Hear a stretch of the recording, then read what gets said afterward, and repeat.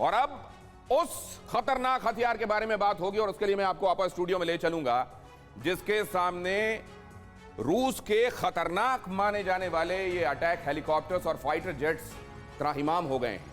वो कंधे से फायर किया जा सकता है। वो क्या है जो यूक्रेन के सैनिकों को इतना बड़ा लेवरेज दे रहा है और जिसकी वजह से ज़ेलेंस्की इस युद्ध को इतने दिनों तक खींच पाए हैं? क्योंकि जहां तक रूस के एयर पावर की बात है तो ये बैनर्जी सर आपको बता रहे हैं कि अभी बहुत कुछ अनफोल्ड होना बाकी है, लेकिन इसका क्या जवाब है ये जरा खबर देखिए। जंग के 56वें दिन भी यूक्रेन के सैनिकों से पस्त है पुतिन।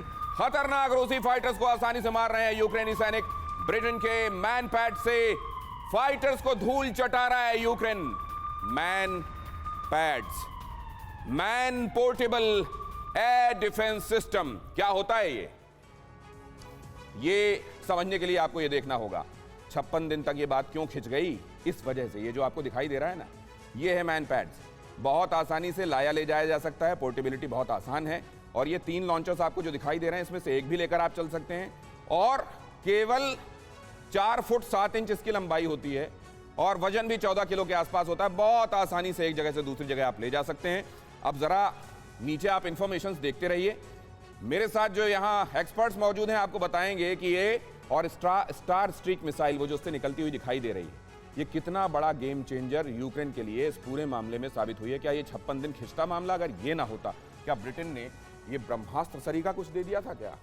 अनुपम सर देखिए, जो मैनपैड्स है वो जनरली लो फ्लाइंग एयरक्राफ्ट के अगेंस्ट ज़्यादा वो होता है, इफेक्टिव होता है। तो सर रेडार से बचने के लिए तो नीचे ही उड़ना पड़ता है। नहीं, वो तब होता है जब आपका एनिमी का जो एयर डिफेंस है वो बराबर के हो।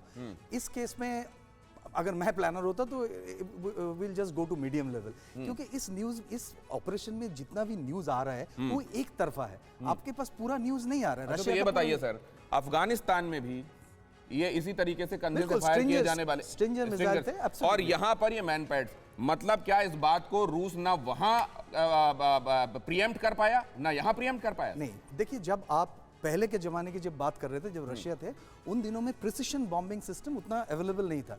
तो आपको जब भी बॉम्बिंग अच्छी तरह से करना होता है, you have to come down low. आज के दिन में वो जरूरत नहीं है। आपके पास ऐसा सिस्टम्स है जिसमें बहुत ज्यादा डिस्टेंस से आप पिन पॉइंट एक्यूरेसी के साथ अटैक कर सकते। तो जब भी ऐसे मैनपैड्स का इस्तेमाल होता है, एयरफोर्स का काम है सिर्फ वो अपना हाइट बढ़ा लेगा जहां तक मैनपैड्स। वहां रेडार की पकड़ में नहीं आएगा, वो रेडार की पकड़ में आएगा, लेकिन यूक्रेन के पास वो वैसे मिसाइल और रेडार का वैसे मिसाइल नहीं है कि उस ऊंचाई में उस ऑल्टीट्यूड में हमला कर सके। सर सरदाना सर, आपका कमेंट जल्दी से, मैं नीचे जा रहा हूं फिर मेहमानों के पास। ऐसा है, ऐसा नहीं है कि रशिया ने सब इन चीज बातों को ध्यान में नहीं रखा होगा। 2014 से लेकर पिछले 8 साल से यूक्रेनियन आर्मी, एयरफोर्स और नेवी को यूएस ट्रेन कर रही है, एम्पावर कर रही है और इक्विपमेंट दे रही है और आज की डेट में भी दे रही है। तो ऐसा नहीं है कि रूस ने इन सब चीज़ों को अपने प्लानिंग में नहीं रखा है। It is part of the game कि वो दूसरा आदमी। क्या ये पार्ट ऑफ द गेम है शशि अस्थाना सर?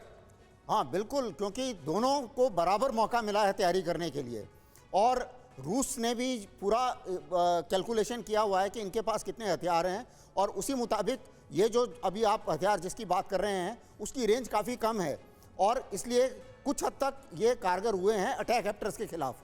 लेकिन जहां तक हवाई जहाज का सवाल है, वो अगर मीडियम रेंज में है, लॉन्ग रेंज से फायर कर रहा है, तो ये मैन पैक पोर्टेबल सिस्टम जो है इनकी रेंज थोड़ी कम होती है। लेकिन सर अब कहा यह जा रहा है कि वेस्टर्न फोर्सेस उतने हथियार मुहैया करा भी नहीं पा रहे हैं यूक्रेन को जितना वो पहले शुरू में उन्होंने कहा था, और ज़ेलेंस्की इस बात की तरफ इशारा भी कर रहे हैं। परवाह देश की, सोमवार से शुक्रवार रात 10 बजे TV9 भारतवर्ष पर।